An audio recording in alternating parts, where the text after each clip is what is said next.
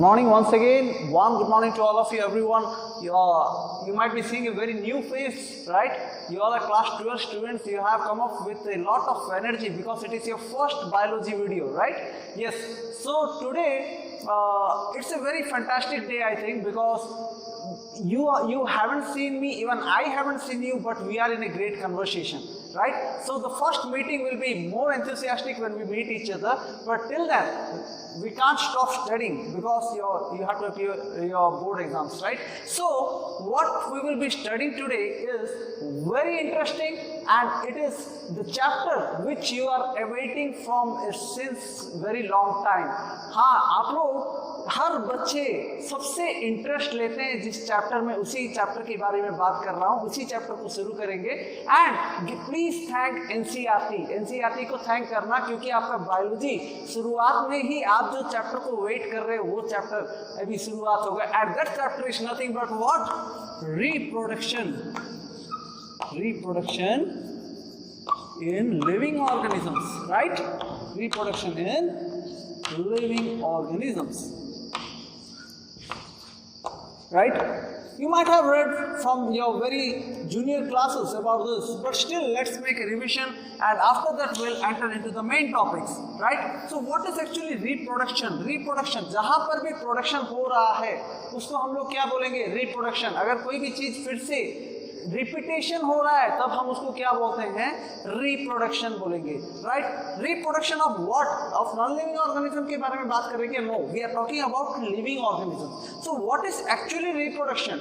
अगर simple term में मैं बात करूं, रिप्रोडक्शन क्या है? Reproduction is what? It is the process by which we produce a new organism from the existing organism of the same kind of species. मैं क्या बताया?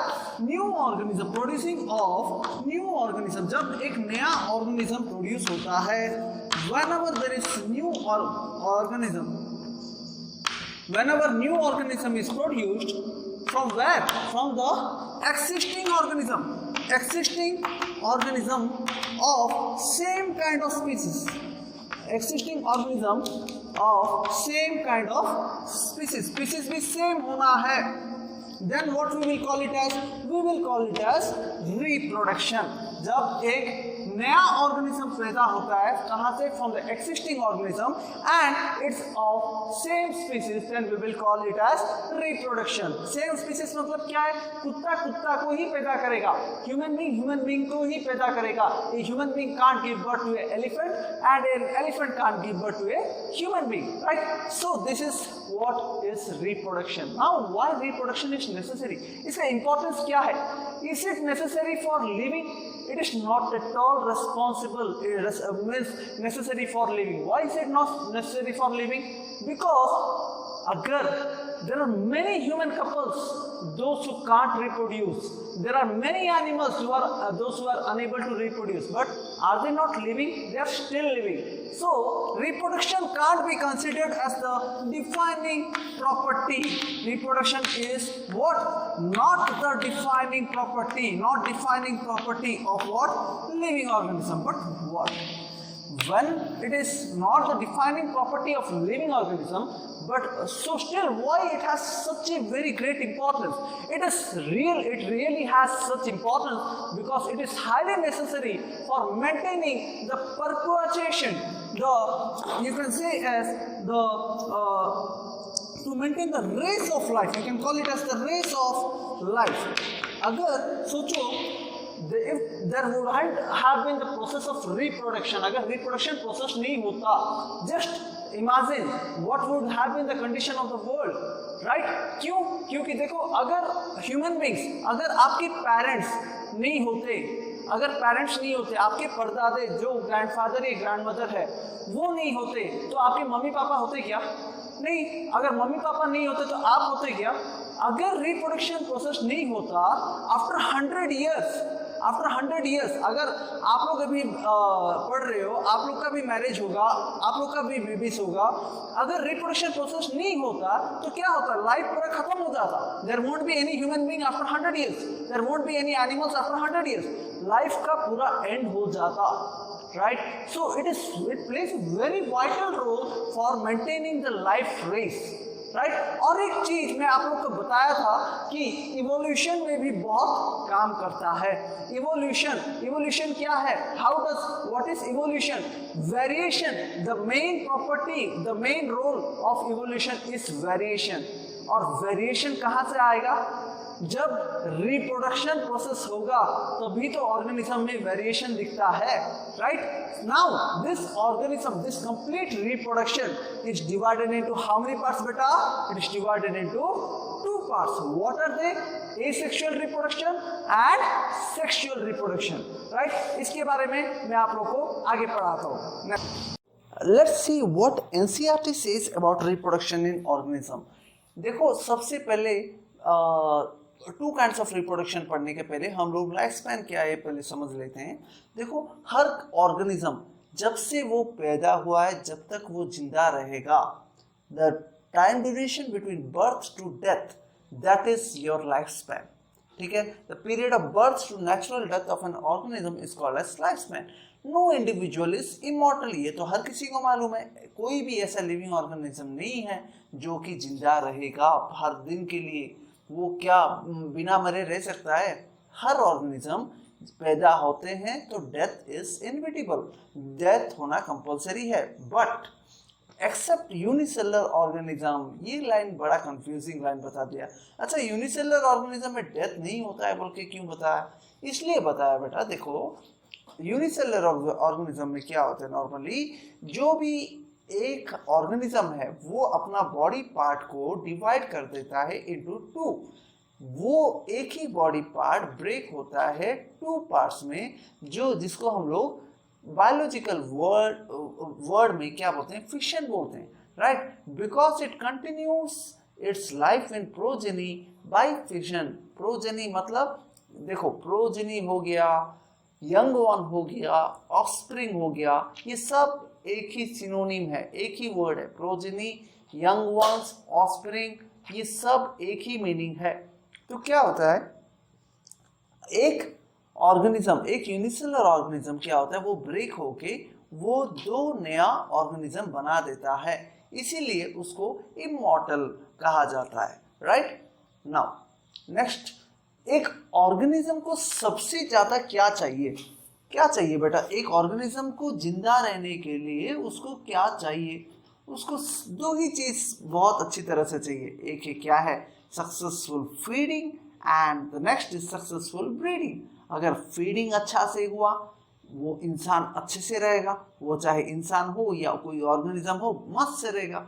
अगर ब्रीडिंग अच्छा से हुआ, उसका जनरेशन ग्रो करेगा। हर कोई चाहता है अपने जनरेशन को ग्रो करने के लिए, राइट। तो successful feeding and successful breeding are the 2 major parts of an organism, right. और रिप्रोडक्शन, अगर सादी भाषा में अगर मैं पूछूं रिप्रोडक्शन क्या है, तो आप लोग क्या बताओगे? Reproduction is ability to procreate. एक जो क्रिएशन था, फिर से उसी टाइप का क्रिएशन को फिर से बनाने का एबिलिटी को बोलते हैं रिप्रोडक्शन। बट ऐसा लिखने से आप एनसीईआरटी के हिसाब से नहीं लिखोगे, सिर्फ एबिलिटी टू प्रोक्रिएट लिख दोगे तो अंडा मिलेगा। क्या लिखना है? देखो, what does NCERT say about reproduction? It is defined as a biological process in which an organism gives rise to young ones. It is defined as a biological process in which an organism gives rise to young ones. Young ones मतलब क्या मैं बताया था? Young ones, offspring, progeny, हर कोई same चीज है, ठीक है। Similar to itself, वही तो मैं बताया था, पहले भी आप लोग को बता चुका हूँ इसी लाइन को। एक ऑर्गेनिज्म जब एक नया ऑर्गेनिज्म को पैदा करता है, किस माध्यम से? By the process of biological process, ठीक है, in which an organism gives rise to young ones similar to itself. Always they will be similar to itself, ठीक है। क्यों similar to itself? Because a human being will always give birth to a human being, a dog will always give birth to a dog. Dog किसको देता है? Puppy को birth करता है। Human being babies को देते हैं। तो एक ही टाइप के स्पीसीज को ही तो पैदा करते हैं ना। उनके चेहरे में वेरिएशन आ सकता है, बाकी लुक्स में थोड़ा वेरिएशन आ सकता है, बाकी लेकिन उसका स्ट्रक्चर जो है वो एक ही स्पीसीज के ही तो हैं, right? So they belong to the same species. So what is reproduction? It is defined as a biological process in which an organism gives rise to young ones similar to itself, right? Next क्या बताया गया? The offspring grows, mature and in turn produce new offspring. हर organism तो grow करता ही है, mature होता ही है और उसके बाद वो नया ऑफस्प्रिंग पैदा करता है। टेक द आप ही का एग्जांपल ले लो। आप लोग अभी पढ़ाई कर रहे हो, नौकरी करोगे, नौकरी करने के बाद शादी करोगे, शादी करने के बाद आप लोग का भी तो जनरेशन आप बढ़ाओगे, तो आप लोग का भी तो ऑफस्प्रिंग निकलेंगे, right? So the offspring grows, mature and in turn produce new offspring. Thus there is a cycle of birth, growth and death. इसीलिए एक साइकिल है बर्थ, ग्रोथ और डेथ का। एक इंसान हो या एक ऑर्गेनिज्म, चाहे जो भी हो, वो बर्थ होगा, ग्रो करेगा और डेथ कंपलसरी है। Death is inevitable. अगर डेथ नहीं हुआ, सोचो, अगर डेथ किसी का ऑर्गेनिज्म का डेथ नहीं हुआ, what will be the condition of the world? हर एक ऑर्गेनिज्म का डेथ होना कंपलसरी है। क्यों डेथ कंपलसरी है? डेथ इसलिए कंपलसरी है, अगर किसी ऑर्गेनिज्म का डेथ होगा ही नहीं तो इस वर्ल्ड में जगह कहाँ से होगा रहने के लिए? There won't be any place, this world will be overcrowded और हर कोई एक दूसरे के ऊपर धक्का देते हुए ही मर जाएंगे। There won't be any kind of place, so death is very very necessary, right? So this for living organism there is a cycle of birth, growth and death. Next, reproduction enables the continuity of the species generation after generation. Yes, this maintains the race of life. Reproduction maintains the race of life generation after generation. Her organism अपना generation को बढ़ाना चाहता है। एक human being अगर human beings में reproduction नहीं होता, मैं पहले भी बोल चुका हूँ, 100 ईयर्स के बाद ह्यूमन बींग्स दिखते ही नहीं। आज कुछ ऑर्गेनिज्म एक्सटिंक्ट हो चुके हैं। क्यों एक्सटिंक्ट हो चुके हैं? क्योंकि उन लोग को फेवरेबल कंडीशन नहीं मिला, राइट? कुछ ऑर्गेनिज्म को हम लोग को देखने के लिए नहीं मिल रहा है। Why they have been extinct? Because they didn't get the favourable condition, right? Favourable condition to live, favourable बहुत सारी चीज उसको रिस्पॉन्सिबल है। एक रिप्रोडक्शन प्रोसेस होने के लिए सिर्फ क्या क्या चीज रिस्पॉन्सिबल है उसको भी, उसके बारे में भी हम लोग आगे पढ़ेंगे, ठीक है? So reproduction enables the continuity of the species generation after generation. Reproduction ही एक ऐसा प्रोसेस है जो अपना जनरेशन को मेंटेन करने के लिए हेल्प करता है। नेट में भी ये क्वेश्चन आता है, ध्यान रखना बेटा। अगर क्वेश्चन क्रिएट हुआ कि जनरेशन टू जनरेशन को कंटिन्यू करने के लिए कौन सा चीज रिस्पॉन्सिबल है, आप क्या बताओगे? Reproduction. What does it do? It enables the continuity of the species generation after generation, right? Reproduction is a fundamental feature of all known life. एक लाइफ का बहुत ही important feature है reproduction. But please do remember, reproduction is not the defining property of life. क्योंकि इसके बिना भी इंसान जिंदा रह सकता है, हर जानवर जिंदा रह सकते हैं, हर organism they can create their life. It is not compulsory for the existence of life, right? मतलब it is compulsory for creating the generation, but it is not compulsory for being alive. जिंदा रहने के लिए reproduction करने से ही आप जिंदा रह पाओगे, ऐसे कुछ नहीं है, right? Now there is a large diversity in the biological world and each organism has evolved its own mechanism and multiply and produce offspring.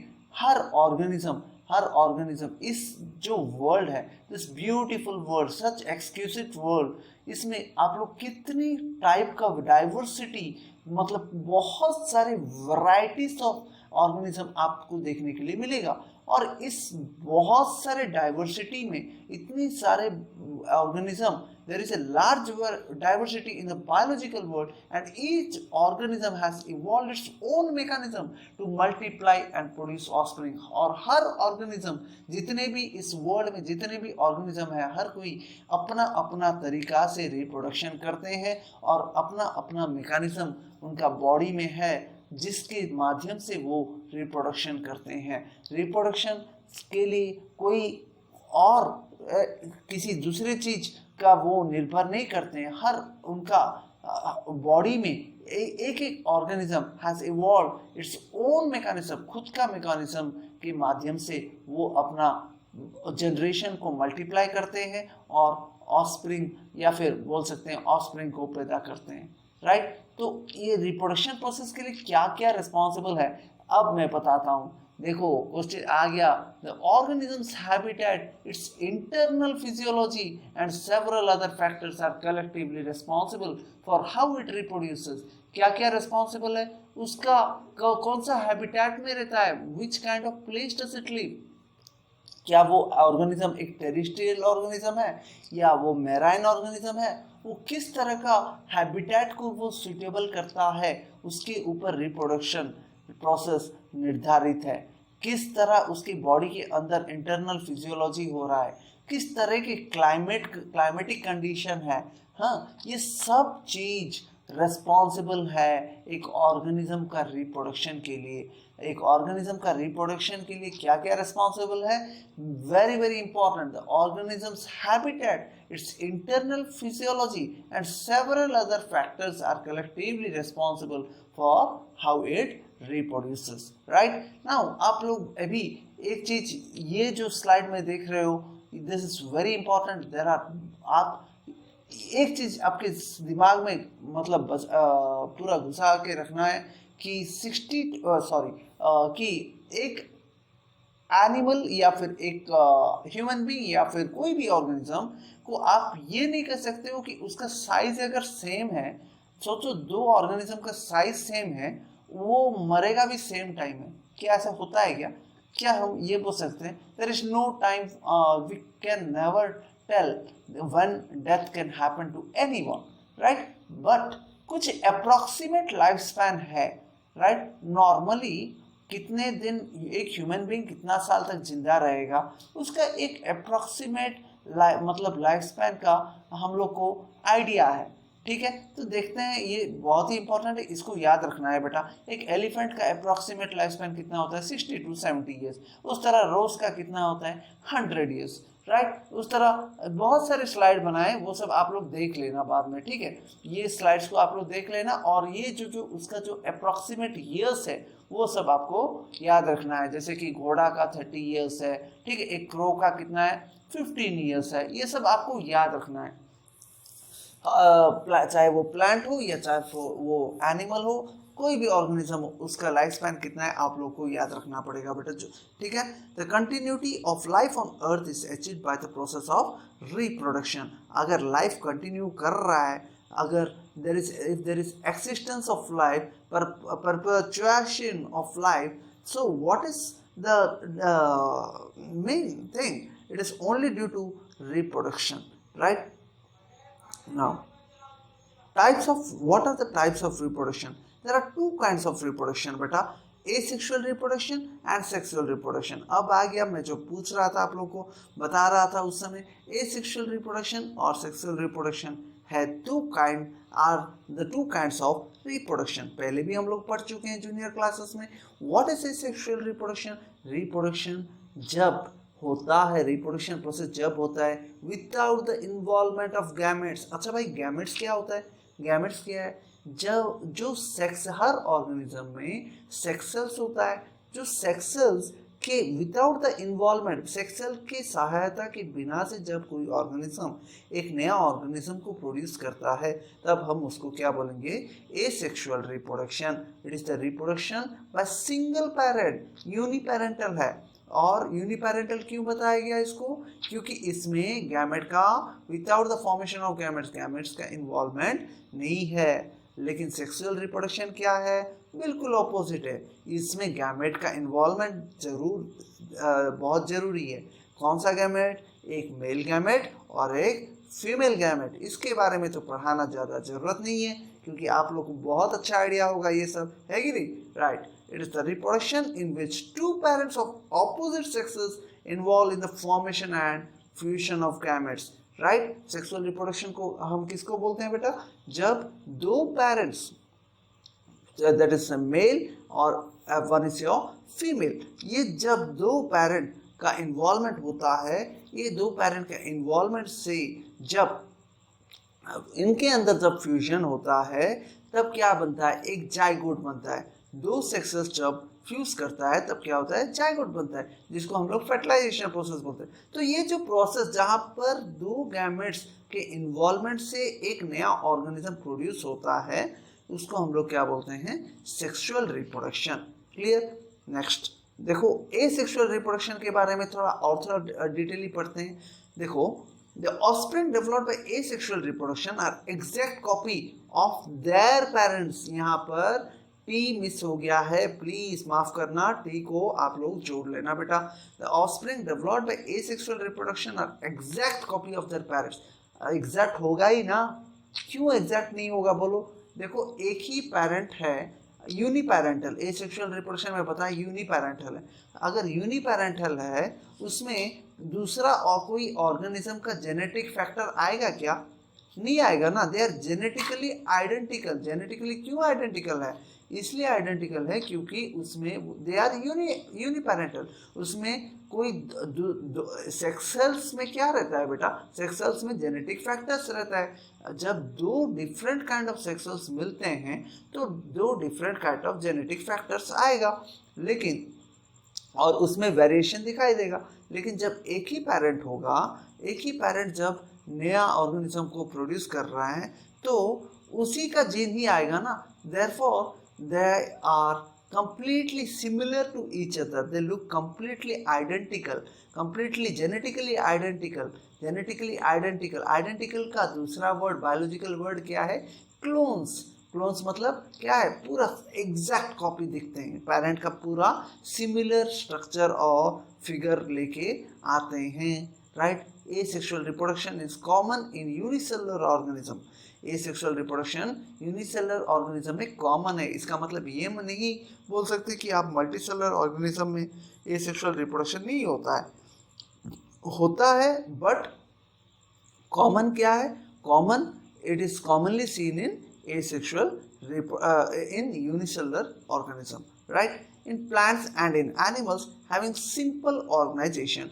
ज़्यादातर प्रोकैरियोट्स, जो भी प्रोकैरियोट्स है, प्रोकैरियोट्स क्या है, जो कि प्रिमिटिव स्टेज के ऑर्गेनिज्म थे, ज़्यादातर उनमें यूनिसेलुलर प्रिमिटिव स्टेज के जो एनिमल्स है उनमें तो यूनिसेलुलर ही होता है ना ज़्यादातर, तो उनमें ज़्यादातर एसेक्सुअल रिप्रोडक्शन दिखाई देता है, right. Now what do you mean by binary fission.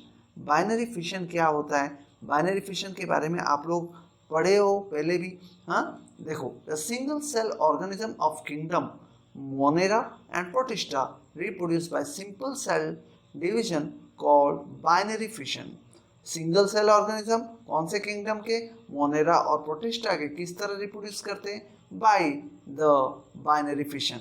Binary fission, fission का मतलब मैं क्या बताया था, ब्रेकिंग। फिशन मतलब जब कोई चीज टूटता है, क्या होता है यहाँ पर, क्या टूटता है, एक cell, the cell divides into two half. एक सेल में फिशन होता है, मतलब एक सेल में क्या, एक सेल टूटता है, कितने हाफ में, टू हाफ में। Each half develops into new adult. एक हाफ क्या हो जाता है, एक नया अडल्ट में बदल जाता है। देखो यहाँ पर आप फिगर देखने से बहुत अच्छी तरह से समझ पाओगे। यहाँ पर सबसे पहला जो फिगर है उसमें देखो, इसमें क्या है, एक सेल है। ये सेल के अंदर क्या रहेगा, जो सेल के अंदर क्या रहता है, जो liquid substance, jelly like structure जो है वो, उसको हम लोग क्या बोलते हैं, साइटोप्लाज्म। और बीच में जो आप थोड़ा सा लाइटिश रेड कलर का आप देख रहे हो वो क्या है, आपका न्यूक्लियस। सबसे पहला जो हो गया सेल मेम्ब्रेन, अंदर क्या है, साइटोप्लाज्म। और साइटोप्लाज्म किसको सराउंड किया है, nucleus. Nucleus is surrounded by cytoplasm. तो देखो एक न्यूक्लियस पहले था, ये न्यूक्लियस क्या हुआ, धीरे धीरे ये न्यूक्लियस में क्या हो गया, एक न्यूक्लियस दो न्यूक्लियस में मतलब डिवाइड होना शुरू हो गया। लेकिन एक साइटोप्लाज्म डिवीजन नहीं हुआ है अब तक। सेकंड पार्ट का देखो, सेकंड जो इमेज देख रहे हो, इसी में सेकंड इमेज जो देख रहे हो उसमें देखो साइटोप्लाज्म का डिवीजन नहीं हुआ है, वहां पर साइटोप्लाज्म वैसे ही है। और क्या हो रहा है, सिर्फ न्यूक्लियर डिवीजन हुआ है, न्यूक्लियस डिवाइड्स इनटू टू, ठीक है। फिर कुछ देर बाद क्या होता है, यहाँ पर जो न्यूक्लियस डिवीजन हुआ था, जो कंस्ट्रक्शन अपीयर हुआ था, वो टूट जाता है और साइटोप्लाज्म डिवीजन भी हो जाता है। यहाँ पर थर्ड फिगर में देखो, जितना भी जो येलो कलर का साइटोप्लाज्म आपको दिख रहा था, एक न्यूक्लियस और उसका ऊपर में एक जगह साइटोप्लाज्म, और यहाँ पर भी न्यूक्लियस और साइटोप्लाज्म, यहाँ पर भी कंस्ट्रक्शन जो है वो वैसे ही है। ठीक है, तो साइटोप्लाज्म हर जगह है, अभी तक दोनों अलग अलग नहीं हुए। थर्ड स्टेज के बाद फोर्थ स्टेज में क्या हो रहा है, एक न्यूक्लियस और उसके पास पूरा साइटोप्लाज्म और एक सेल मेम्ब्रेन, फिर से दूसरे जगह में एक न्यूक्लियस, फिर साइटोप्लाज्म, फिर सेल मेम्ब्रेन। तो यहाँ पर क्या हुआ, एक सेल टूट के दो नया डॉटर न्यूक्लियाई बना दिया। तो इसी को तो बाइनरी फिशन इन एमीबा बताते हैं, right. So this is one method of asexual reproduction. ठीक उसी तरह हाइड्रा में भी देखिए, बडिंग हाइड्रा, इसके बारे में हम लोग पढ़े हैं। इसमें भी क्या होता है, देखो एक पैरेंट हाइड्रा में क्या होता है, धीरे धीरे एक बर्ड फॉर्मेशन होता है। That bird what does it do, वो जो एक मतलब बर्ड जो हुआ है वो धीरे धीरे मैच्योर होता है। मैच्योर होने के बाद वो क्या होता है, फुल्ली मैच्योर जब हो जाता है, वो अपना जो पेरेंट हाइड्रा है, पेरेंट हाइड्रा से वो पूरा अलग होके एक नया हाइड्रा बन जाता है, राइट। इसके बारे में भी आप लोग जानते हो। This is the method of asexual reproduction. This is also a kind of asexual reproduction. What are the advantages of asexual reproduction? Advantages क्या है asexual reproduction का, ये बहुत ही important है। अच्छा से सुनना बेटा, और नीट में ये आता है, right? देखो, when environmental factors are favorable, asexual reproduction is employed to exploit suitable condition. When environmental factors are favorable, asexual reproduction is employed to exploit suitable condition. जब उसको suitable environmental condition मिलता है, तब वो क्या करता है, उनका asexual reproduction का प्रोसेस करते हैं। फिर से सुनो, when environmental factors are favorable, asexual reproduction is employed to exploit suitable condition for survival, such as and abundant food supply. ज़्यादा अच्छी तरह से खाना मिला, अगर सब चीज़ ठीक है, एनवायरनमेंट कम्प्लीटली क्लाइमेट सूटेबल है, सब कुछ ठीक है, तो then they reproduce by the method of asexual reproduction. ठीक है, now adequate shelter, favourable climate, optimum pH etcetera. क्या क्या इंपॉर्टेंट है, एक एडिक्वेट क्लाइमेट उसको चाहिए, ठीक है, अच्छा सा शेल्टर चाहिए, फेवरेबल क्लाइमेट चाहिए, ऑप्टिमम पीएच भी चाहिए। ये सब चीज़ डिपेंड करता है वो किस टाइप का मेथड से रिप्रोड्यूस करेगा। अगर क्लाइमेट अच्छा अगर एनवायरमेंटल फैक्टर्स ये सब चीज़ उनको सपोर्ट किया, कौन सा चीज़ बेटा मैं बताया, आपका जो ऑप्टिमम पीएच हो गया, फेवरेबल क्लाइमेट हो गया, एडिक्वेट शेल्टर हो गया, और खाना तो चाहिए ही, अगर खाना नहीं मिले तो कहाँ से वो होगा, राइट। तो ये सब चीज़ अगर सपोर्ट कर रहा है, when environmental factors are favourable, asexual reproduction is employed, asexual reproduction होगा। ठीक है, next, population increases exponentially to take full advantage of the rich supply resources. Population increases exponentially, exponentially का मतलब क्या है, बहुत ही फास्ट में क्या होता है, पॉपुलेशन इंक्रीज होता है, मतलब मल्टीप्लाई करता है। क्यों, to take full advantage of the rich supply resources. जब उसको अच्छा सा रिसोर्स मिल जाता है, जब उसको अच्छा सा फीडिंग मिल जाता है, तब वो ब्रीडिंग भी बहुत अच्छे से कर पाता है, राइट। तो सो population increases exponentially when environmental factors are favorable, the asexual reproduction is employed. Clear? These are the advantages of asexual reproduction. तो आज के लिए यहाँ तक पढ़ेंगे, नेक्स्ट क्लास में आपको और डिटेल में समझाऊंगा। Till then take care, thank you so much.